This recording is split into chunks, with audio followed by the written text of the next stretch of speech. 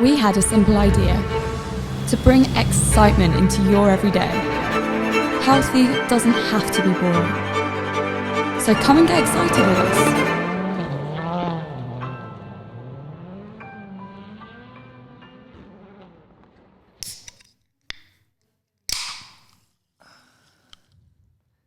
Welcome, guys. This is the second podcast, Grab Life by the Cans. So this week, well, it's actually the same week. We're doing two on the trot because we want to get you into it, feeling the vibes.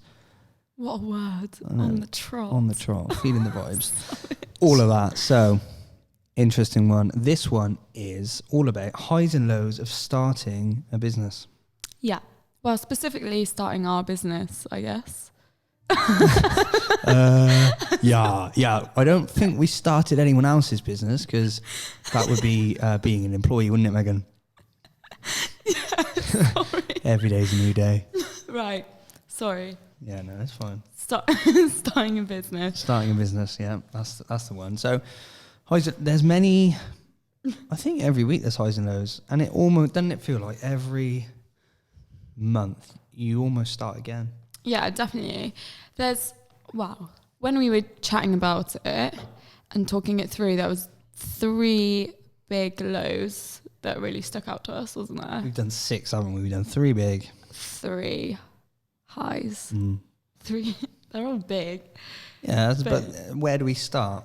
Should we get really depressive? I think, guys, the audience, we're in the office again. It's a bit of a moody day. I think we get you nice and... Depressed. And then we'll bring you up at the end, let you get on with your evening in a nice mood. Feed the kids, go to bed.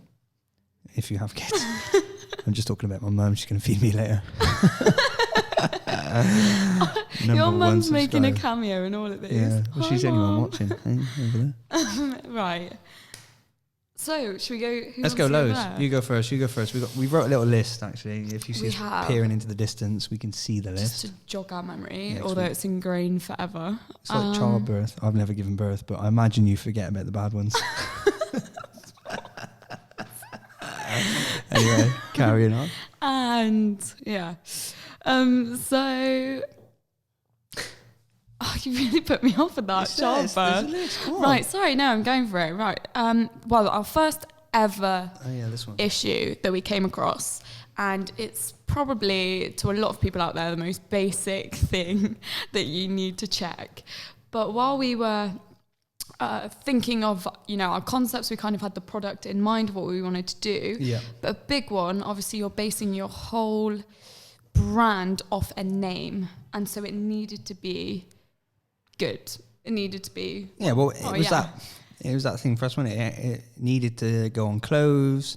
We wanted like an emblem, didn't we? So like some other big brands, they have like a Nike has a tick. We wanted that thing for us. It could be our brand logo, but also a word. But we wanted it to be short. Yeah. Short and sharp. And something that was relevant to us. Yeah, really relevant. So... The first name was taken, wasn't it, basically? The trademark. How far did we get? I think we almost got to the point... I think we was like nerdy, like doing maybe we even started packaging. I don't know. We had done we'd actually spent. We got the website.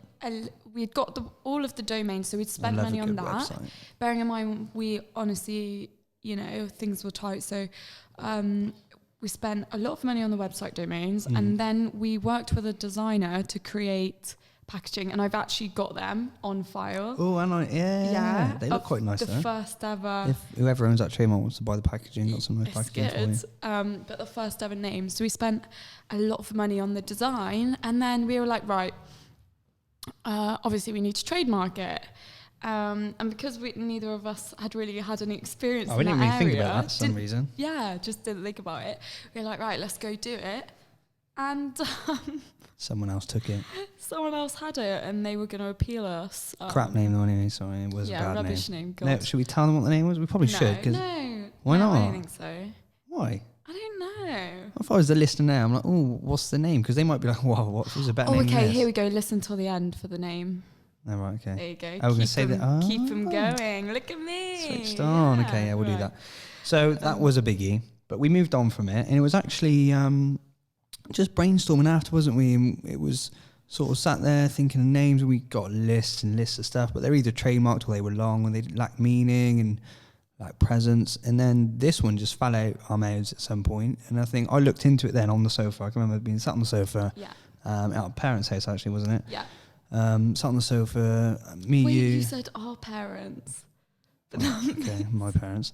But sat there, looking on the trademark registry. Basically, you can just go on DuckGov, search for a trademark in your class 32 for drinks. And I was just searching through them. And I was like, ooh. No interesting. One's got why this. has no one got this? And I do not know why anyone hasn't got this. No, because it honestly was one of those moments where one of our friends actually was with us at the time, and they said it, and me and Ollie just looked at each other, and I actually remember, it does sound really cliche, but it is honestly the truth. Looked at each other and were just like, yeah. That's That's great. friend and former employee, wasn't it? Yeah. Which is pretty cute. Yeah. So yeah, thank Jamie, you. Shout out Jamie. Got your shout out. Jamie V. So yeah. And we were like, right, love that. And then it went on from there. Yeah, went on from there, yeah. So but super lucky though, because with trademarks, how they work, it's not just the letters that you can't copy, but it's also the sounds. So XITE and XITE are the same. So both had to be free, which is real interesting for energy drinks. You think that'd be a no-brainer, but for sure. Love that. What? No-brainer. No-brainer. I don't get it. No, as in, like, it's so good. Like, just bigging yourself up. Like, it is good. Yeah, no, it is good. Anyway, first podcast argument. Anyway, we've come over the name. Yes. And then... But at the time, what I wanted to just say, and that's what I was thinking about, is at the time, looking back now and every other hurdle that we've come across and gotten over, it seems like such a small thing, but at the time... So I'm just pointing forward because she goes back and back and then it gets echoey. And sorry. Guys like, it's echoing. Back in those days, it was such a big thing for us, wasn't it? Yeah. Like, that's better. That was something that we were like, well, it's the biggest part of the brand, isn't it? It's how you can't make a brand. And we did actually really like the name. So at the time, it was like, oh well, should we even carry on? If we like, what should we carry on with? So it was massive. But then, since then, it seems. We're looking back at it seems fine now, and it was actually looking back, it almost was right. Well, it was right because the name's better now. So it was the universe giving us, if you believe in that, second chance, something like that. And then the second one is further down the line. So we're into making drinks. We've decided what we want it to be like. We started off actually in PET, which is plastic bottles. Few reasons. One, well, I think the biggest reason is the production volumes. You can do a much lower production run, which was a lot safer for us. Yes. In hindsight, safety in this sector probably was the wrong move because, you're not going to do this being safe, firstly. No. And secondly, plastic bottles, energy drinks, it was a mistake, I think. It was, the thing is, it was actually a massive learning curve because it was our vision in the beginning. Yeah. And it suited the product that we had at the time because it was green tea based. It was actually very different to... Yeah, very healthy. It's still zero sugar, but a green tea based energy drink in essence. Yeah. BCAAs. Yeah. So at the time it's what fit. But the green tea that we used, unfortunately, like drinks, when you're formulating drinks, the first 6 weeks is when they'll change the most after production. So in our 6 weeks, and this is something obviously who would experience this or even know, but in our first 6 weeks, it went off. It went off, yeah. Like the green tea. Gone off. The green tea was like brown sludge. And so... So it's just brought back that memory of that bottle a few weeks ago. Oh, no. Yeah. So this is off topic now, but we're in the office here last week and my dad is coming just to say hello to the team and just have a coffee, basically. And he brings this friend with him. He's quite eccentric, quite out there, quite funny anyway. Hopefully he's not listening to this. I doubt he would. And he sat there. We have a meeting for a half hour in here, don't we? Pop back out and I'm like, I'll just go check on, if he wants tea or coffee. Oh no. And I just sit there and see him with this like greeny brown purple bottle of our first green tea drink. So bear in mind it went off in 8 weeks. And then We just kept a few, just to obviously for photos and memories and different things. So how old could it be now? 2 years? Oh, yeah. I guess it's 2 years old. Anyway, he's finished the bottle. So I'm trying not to laugh at him. But I'm just like, how do you feel? He's like, yeah, good. This tasted really good. You know, I think, you got any more bottles of this? And I'm like, no, I don't. And I was like, you sure it didn't taste a little weird? You know, like not that pleasant? He's like, no, it was good. So maybe it's got better with age. Maybe we gave up too early. It was like wine, you know, fine age. Yeah, it fermented. Maybe it had alcohol in it. He does love a drop of alcohol. Could possibly be. That was funny. That was funny, yeah. But that was tough, wasn't it? Because our drink had gone off in 8 weeks. So we were ready to go to market. We had some gyms that were ready to take it. We'd actually done a lot of pre-launch stuff, didn't we? Even before our first shipment came of that product, we had set up quite a few deals. And we all were ourselves as well. Yeah, we were ready. And then... we weren't. It was a disaster. Disaster, yeah. Absolute but I think... disaster. It goes to show, like, when I guess some people might look at this company now and think, oh, okay, yeah, startup, but probably, you know, heavy front investment, heavy front research, loads of agencies involved to do designs and packaging and formulations. Literally none of that. It was me and Meg. We done the formulations of the drink, help on the first one, which obviously went a little wrong. And then we had no help on packaging and design. We actually found a freelancer, George. Now he still does loads of it, pretty much all of our stuff, but a nice guy from Wales. He's like, George, we got this name, do you want to just like try and draw us a logo? We hand sketched it and he drew it out, and then we just adapted it as we went on, and then done the bottle design and everything with him as well, all ourselves. We did work with a designer though for like throughout the process of where we got to. We tweaked it, definitely. We were tweaking it all throughout. But just a freelance designer, it was a freelance designer just who based on our ideas. But other than that, it actually was just like me and Ollie. Like We've done the research and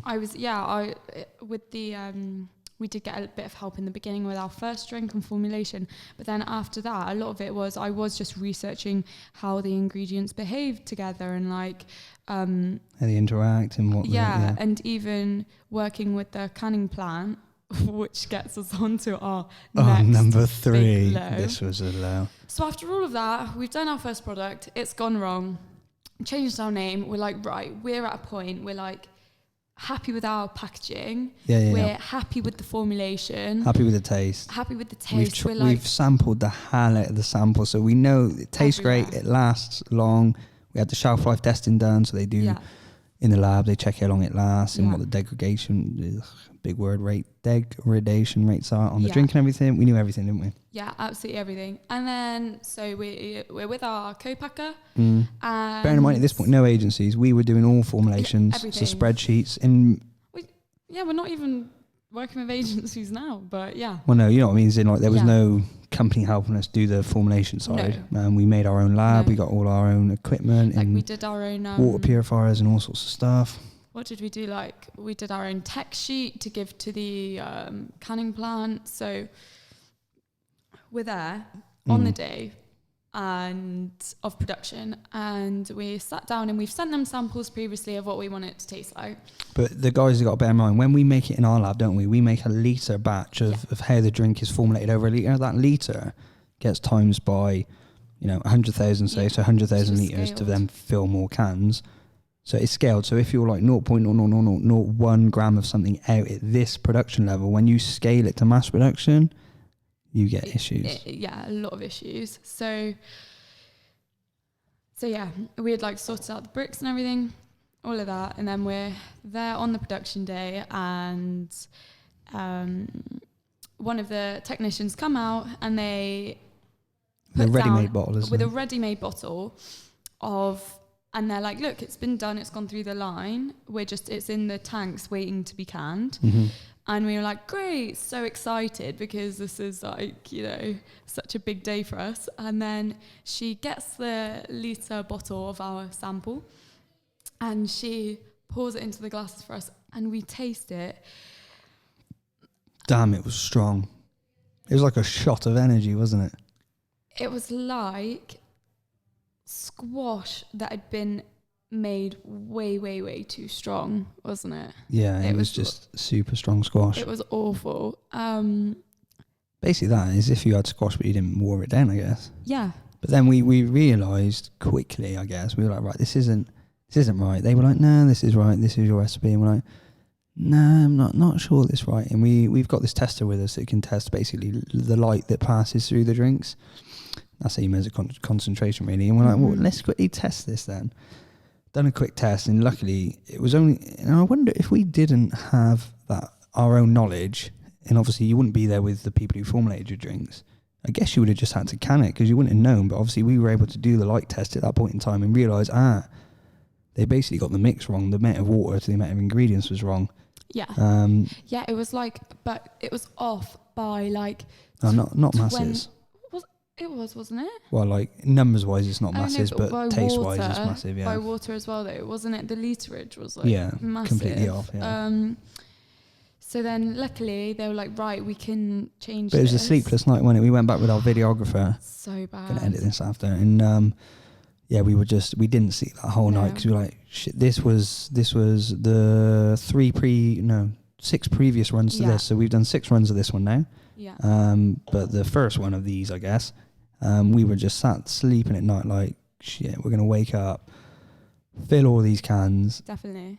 And if they don't taste right, what are we going to do with them? Completely.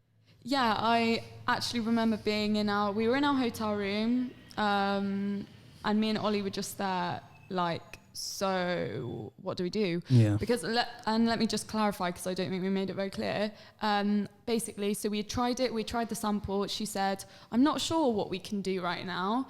The production plant was actually closing. So she was like, I don't know what we can do. We're going to have to try in the... Ollie's telling me off for being too far away. Keep telling to get closer to the mic because it gets echoey when we move back. But sorry, so... You need to get some acoustic board. Yeah, she was saying, we don't know what to do. You're just going to have to come back really early in the morning. I think we went back at 7 a.m. And she was like, we'll sort it out then. So obviously we just left this production plant being like, great. Yeah. So in the unknown of whether or not we were going to be canning, it was like 100,000 wrong drinks. Tasting liquid in essence, honestly, no one would. No, I mean, it could have broke us. Because, I mean, what would we have done with that? We would have used up most of our budget because we budgeted at that time. Obviously, sales were limited with new business. We just budgeted per run. Could have ended us. But obviously, we managed to quickly, with this device, figure out the issue, I guess, in the morning and, managed to rectify it. But I think, it was close. It was. Very close. That was one of the biggest hurdles, I think, for us at the time, because we'd already invested so much time so much effort, so into the much brand everything. And building the brand and ideas and guys, even getting the flights to where we went, like everything, it was just like long, so long. So, but we're here and it tastes great. So it got fixed, obviously, which was great. And I think we've depressed people enough. We're going to put people off starting a business. We want it because we're 20 minutes deep. We had a little bit of issue with the camera midway. And I think this is all about motivation podcast, isn't it? We want to show people that just with a bit of passion, bit of luck, bit of hard work, you can smash it. Yeah. Is our aim for this Grab Life by the Can. So I think let's do some 3 positives to finish on. Go on then. I'll go first then. Oh, can I choose, can I? Yeah. Do you know, out of these 3, I bet you wouldn't think I'm going to pick the one, and this is my number 1, but my actual most this is cool moment was when we had our first online order for a case of drink. Yeah, because it was quite interesting because, one, did people buy any drinks offline? You couldn't buy traditional energy offline. We were new. Wasn't really that well known, probably 12 months ago, I guess. And I thought that was quite interesting that someone, had gone onto our website, maybe through our social, seen something they liked and, was buying 24 cans without ever trying a can just to come straight to their door. Yeah. I thought that was pretty cool. And that sort of highlighted to us, didn't it, a bit of the online world that we could tap into, which is why we're in gaming and we're on Codemasters, on the Dirt games, and we do a lot with simulators and things. Definitely. So that's my first. I'm just pausing again because that camera's gone off again. Oh, has it? Yeah. I think we'll just carry on with that camera.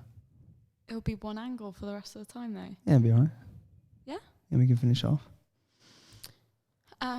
So, guys, we just paused there after I'd done my number one, which was the first order, because camera A over here, I believe, is overheated. We've obviously gone on for too long. So that camera's down. So we're just looking at you, you know, the only half a fan left over there. Yeah, the one remaining fan. The one remaining fan.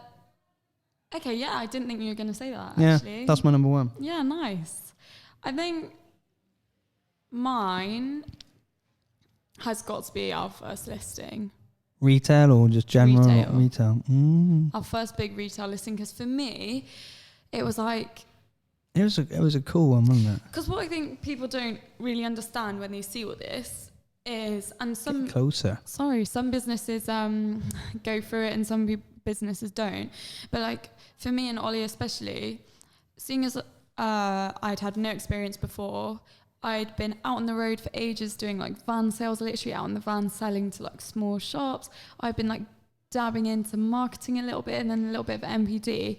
And then to just get that, and I'm such a warrior, so just to get that bit of like recognition of like, actually what you're doing is sick and we want to take you. For me, I was like, wow, that's really cool. It was a defining moment. I think why it would be, because it's our first sort of full scale route to market. And I think at this point we had a brand big enough. We had a product we knew was right, and it was great. You have what's called a buyer at these retailers, so they appraise your drink, a bit like Dragon's Den style. You go in, you pitch, they appraise it, good and bad. What's the price? What's the commercials? And it was just super how positive it was. It wasn't even selling. They were like, we love it. When should we list it? Which was sick. It was great. Yeah. And that is definitely like imprinted in my mind that day. Yeah. So it was really cool. More to come. Fingers crossed. Touch wood. This is wood, believe it or not. We wrapped it. And then last one. Well, you may as well go. Last one for me is the first can. Mm-hmm. But I guess there was the first bottle, but we didn't like the bottle. Yeah, let's forget. But no, the first can was cool, wasn't it? Especially to see how it's made. I mean, we've got a little video in our show reel. I don't know if it's in the show reel on the podcast, but comment below if you see it. But yeah, the first actual full production one was crazy. To see how quickly they fill the cans, the way the cans are upside down and the right way around. It's a feat of engineering. But then I guess they give you 150,000 cans in like 35 minutes. And it's crazy. And you can just see them stacking up at the end, and then the hard work begins, I guess. It's mad. But it was cool to actually go from that, the stages of visualization, getting that packaging, getting it. I mean, we saw the packaging for ages on a computer. Yeah. But actually to have that physically in your hand was just another thing for me where I was like, wow. Looks great. We've made it. We did that. Yeah, and I think that's one thing I've always struggled with more, I think, isn't it? I'm not, is it perfectionist? Perhaps, but as soon as we get something, I always can pick a problem out, which is slightly annoying, but that's why we've had even 3 design changes of this current packaging. I'm like, yeah, it's nice, but what about this? Like, how does the consumer see this? Will they read this? And I like show some mates, I'm like, what do you read? So I can get quite into it, I think, but I think that's part of it. For sure.